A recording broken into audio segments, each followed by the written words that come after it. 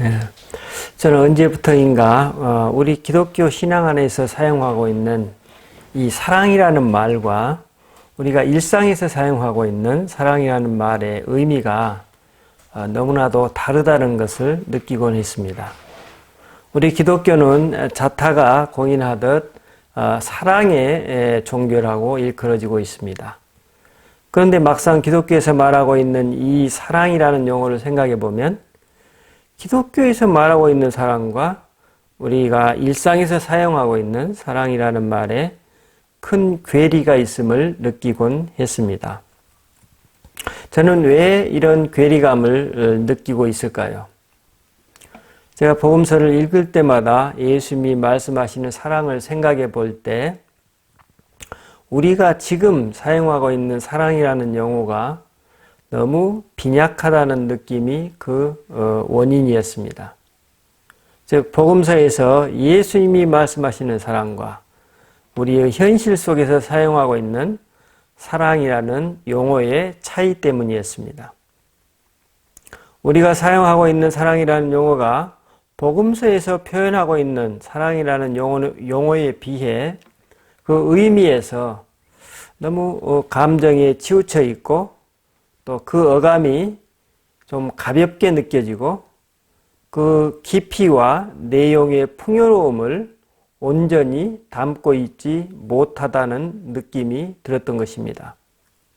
그래서 오늘 우리가 사용하고 있는 이 사랑이라는 말은 복음서에서 말씀하고 있는 사랑의 의미를 충분히 담고 있지 못하다는 생각에 이르게 된 것입니다.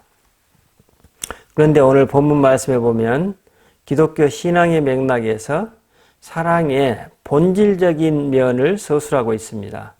그 내용이 본문 4절로 7절 말씀입니다. 제가 그 내용을 한번 읽어드리겠습니다. 사랑은 오래 참고 온유하며 시기하지 아니하며 사랑은 자랑하지 아니하며 교만하지 아니하며 무례히 행하지 아니하며 자기의 유익을 구하지 아니하며 성내지 아니하며 악한 것을 생각하지 아니하며 불의를 기뻐하지 아니하며 진리와 함께 기뻐하고 모든 것을 참으며 모든 것을 믿으며 모든 것을 바라며 모든 것을 견디느니라. 방금 제가 읽어드린 이 사랑의 속성에 대한 여러분의 느낌은 어떻습니까? 저는 방금 사랑의 속성에 대한 이 사도 바울의 설명을 읽으면서 사랑이라는 것은 어쩌면 우리에게 가장 견디기 힘든 어떤 것, 가장 선택하기에는 주저되는 어떤 것, 가장 감당하기에 꺼려지는 어떤 것, 가장 벗어나고 싶은 어떤 것 등등 온갖 힘든 것들을 받아들이는 것이 곧 사랑이라는 생각에 이르게 되었습니다. 하지만 이러한 덕목을 삶 속에서 실제로 실천하는 사람들은 과연 어떤 사람들입니까? 참으로 아이러니하지만 이러한 덕목을 실천하는 것을 감사와 기쁨으로 또 보람으로 느끼는 사람들일 것입니다. 그렇다면 이처럼 온갖 힘든 것들을 받아들여 기쁨과 감사의 삶을 사는 사람들은 어떤 사람들일까요? 며칠 전에 이 기도 모임에 어떤 분이 고백하셨습니다. 오늘 본문 4절로 7절에서 말씀하시는 사랑, 그것은 다른 것이 아니라 내가 그분으로부터 받았던 것이었다고 말씀하셨습니다. 여러분 그렇습니다. 그것이 우리 신앙인이 고백하는 사랑입니다. 그것을 내가 아무리 만들려고 해도 안 되고 아무리 노력하려고 해도 잘 되지 않는, 오직 내가 주님으로부터 받은 경험이 있어야만 내 안에서 그것이 나올 수 있을 것입니다. 우리가 일상을 살아가면서 사랑처럼 흔한 말, 사랑처럼 쉽게 하는 말이 있을까요? 하지만 실상은 어떻습니까? 사랑처럼 그것을 실천하는 것이 어려운 것이 있을까요? 아무리 나와 가까운 사람을 사랑하려고 해도 그것이 내 마음대로 됩니까? 아무리 친밀한 이상적인 관계를 만들어 보려고 해도 그것이 어디 쉬운 일인가요? 우리가 방금 읽어드린 그 사랑의 속성을 내 자신에 비추어 보면 우리 대부분은 무력감만 느낄 뿐입니다. 왜 이처럼 사랑의 실천이 어려울까요? 그렇습니다. 나의 온갖 부족함에도 불구하고 성내거나 재촉하지 않으시고 자비와 인내로 관대하게 기다려주시며 신뢰와 희망 가운데 참아주시는 그 주님을 우리가 일상생활에서 충분히 체험하지 못하고 있는 것입니다. 실상 주님은 우리 매일의 일상에서 당신의 자비롭고 관대한 사랑으로 우리를 대해 주십니다. 하지만 우리는 그 사랑을 체감하지 못하는 것 같습니다.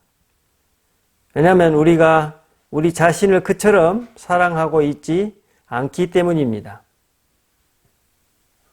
우리가 이처럼 일상에서 하나님의 사랑을 체감하지 못하면 나를 향한 우리 이웃들의 사랑을 인식하기도 그것을 받아들이기도 어려울 것입니다.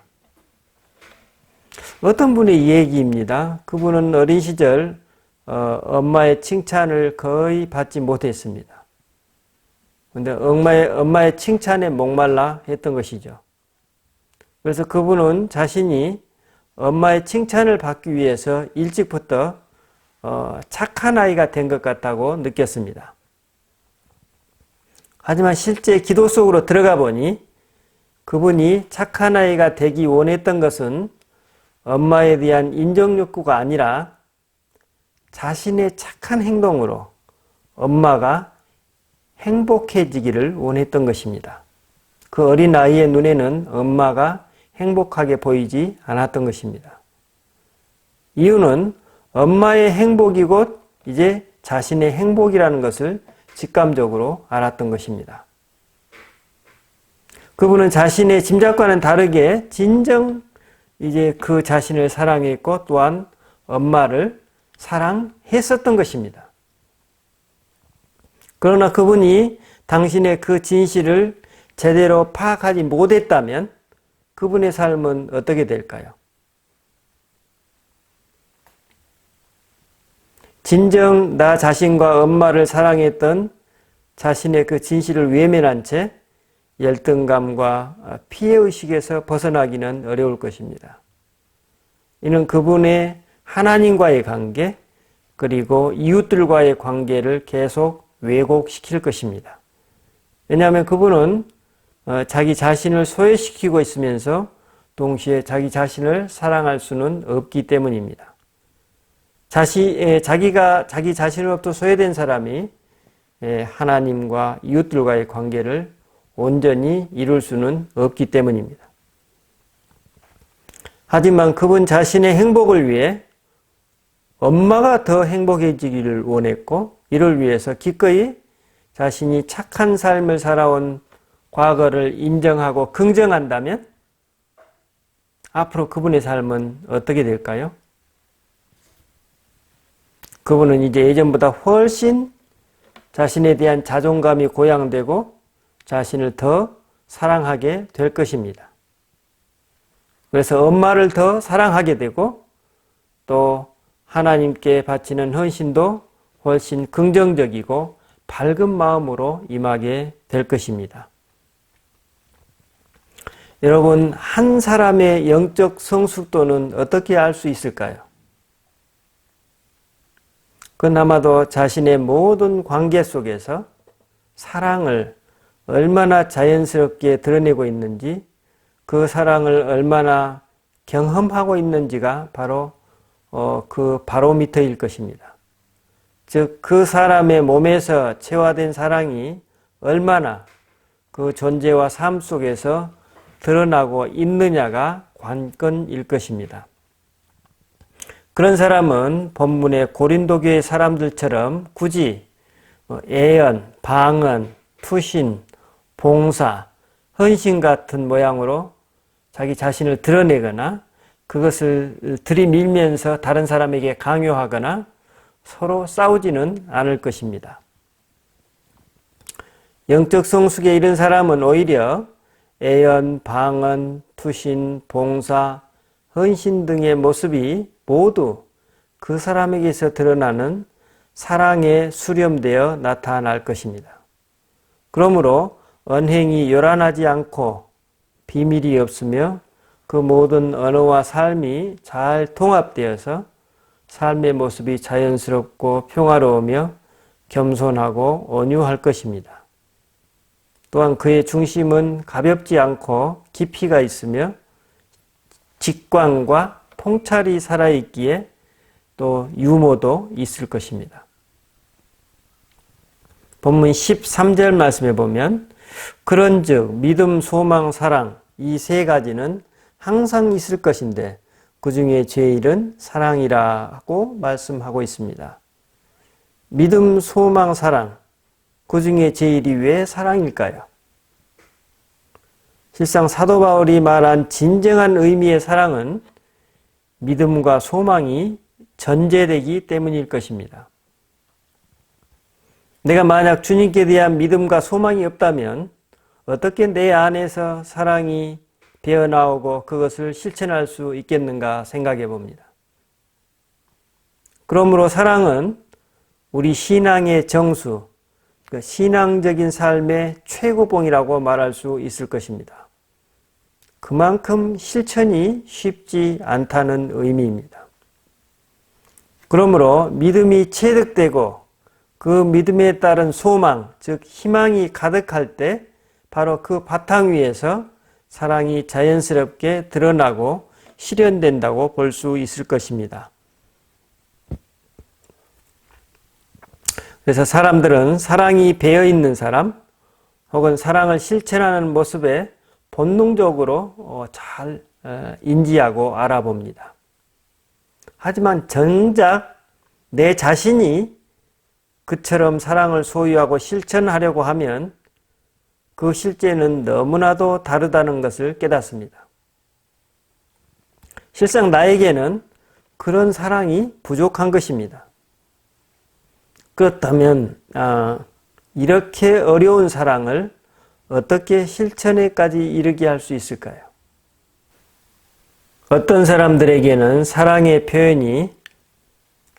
표현과 실천이 너무나도 쉽고 자연스럽게 보입니다.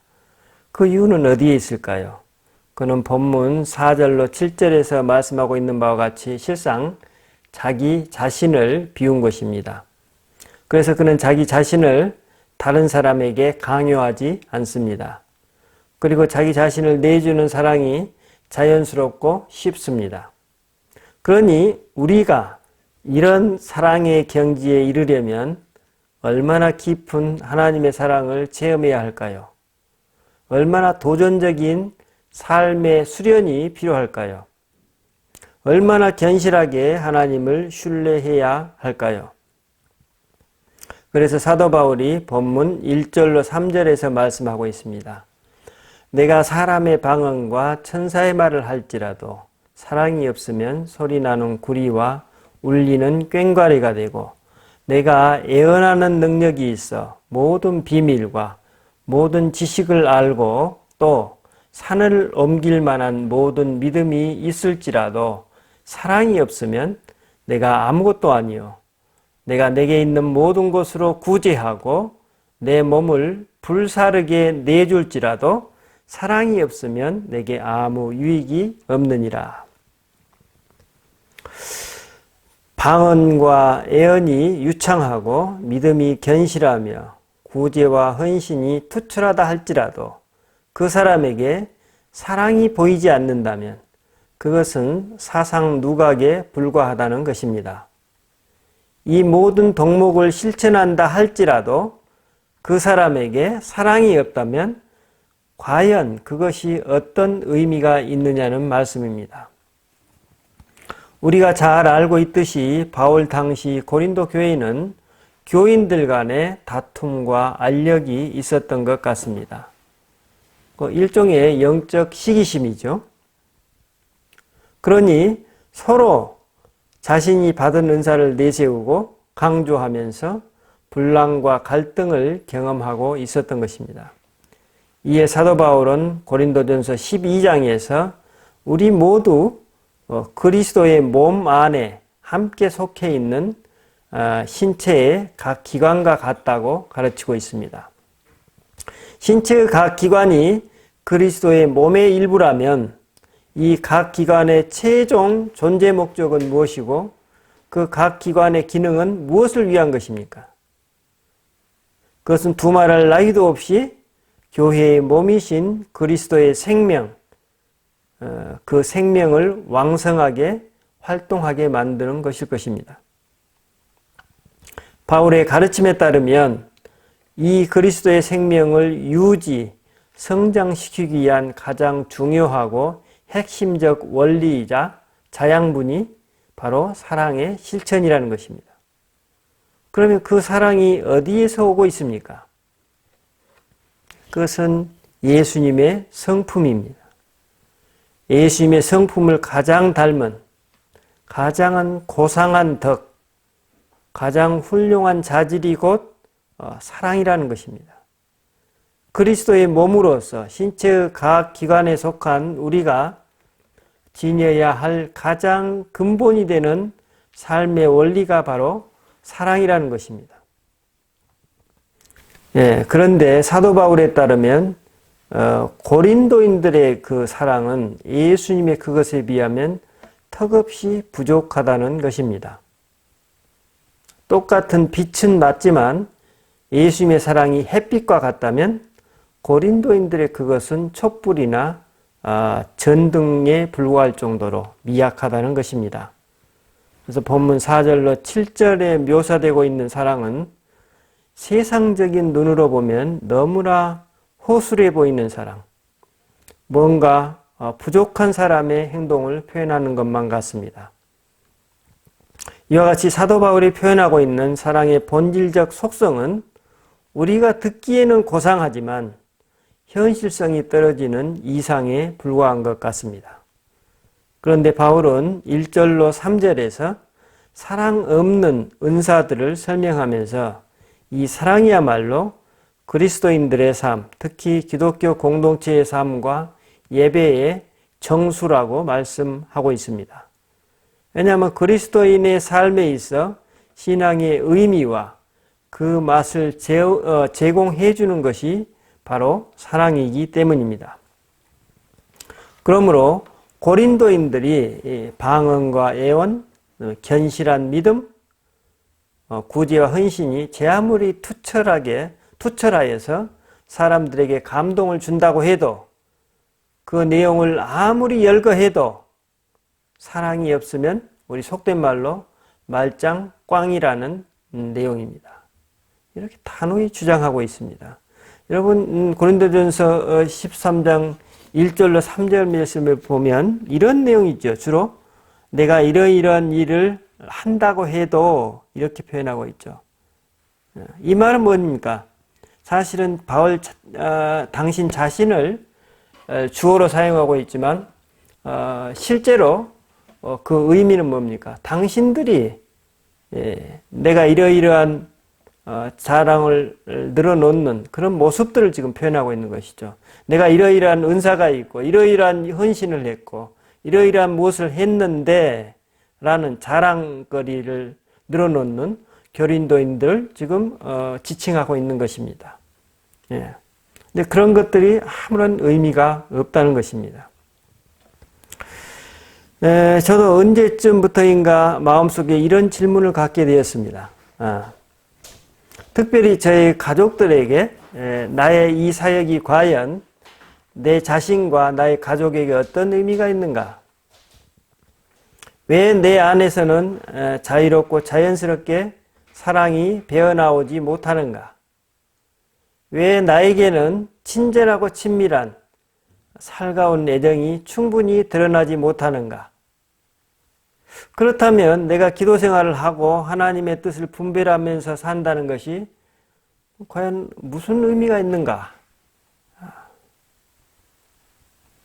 예수님의 그 사랑이 내 몸과 마음 가운데 온전히 뿌리내리고 내 삶의 방식이 그 사랑 안에서 어색하지 않고 온전히 변화되려면 어떤 노력을 해야 할까라는 질문을 품은 지가 꽤 오래된 것 같습니다. 제가 주로 밖에서 활동하고 사람들의 모임을 인도할 때는 어느 정도 저의 언행에 거슬리는 것이 별로 없지만 정작 가장 잘 대해야 할 가족들에게는 그렇지 못한 것 같습니다. 어떤 특별한 무슨 문제는 없지만 늘 뭔가 부족하다는 느낌이 있습니다. 그 부족감을 메우는 실천이 그렇게 쉽지는 않은 것 같습니다.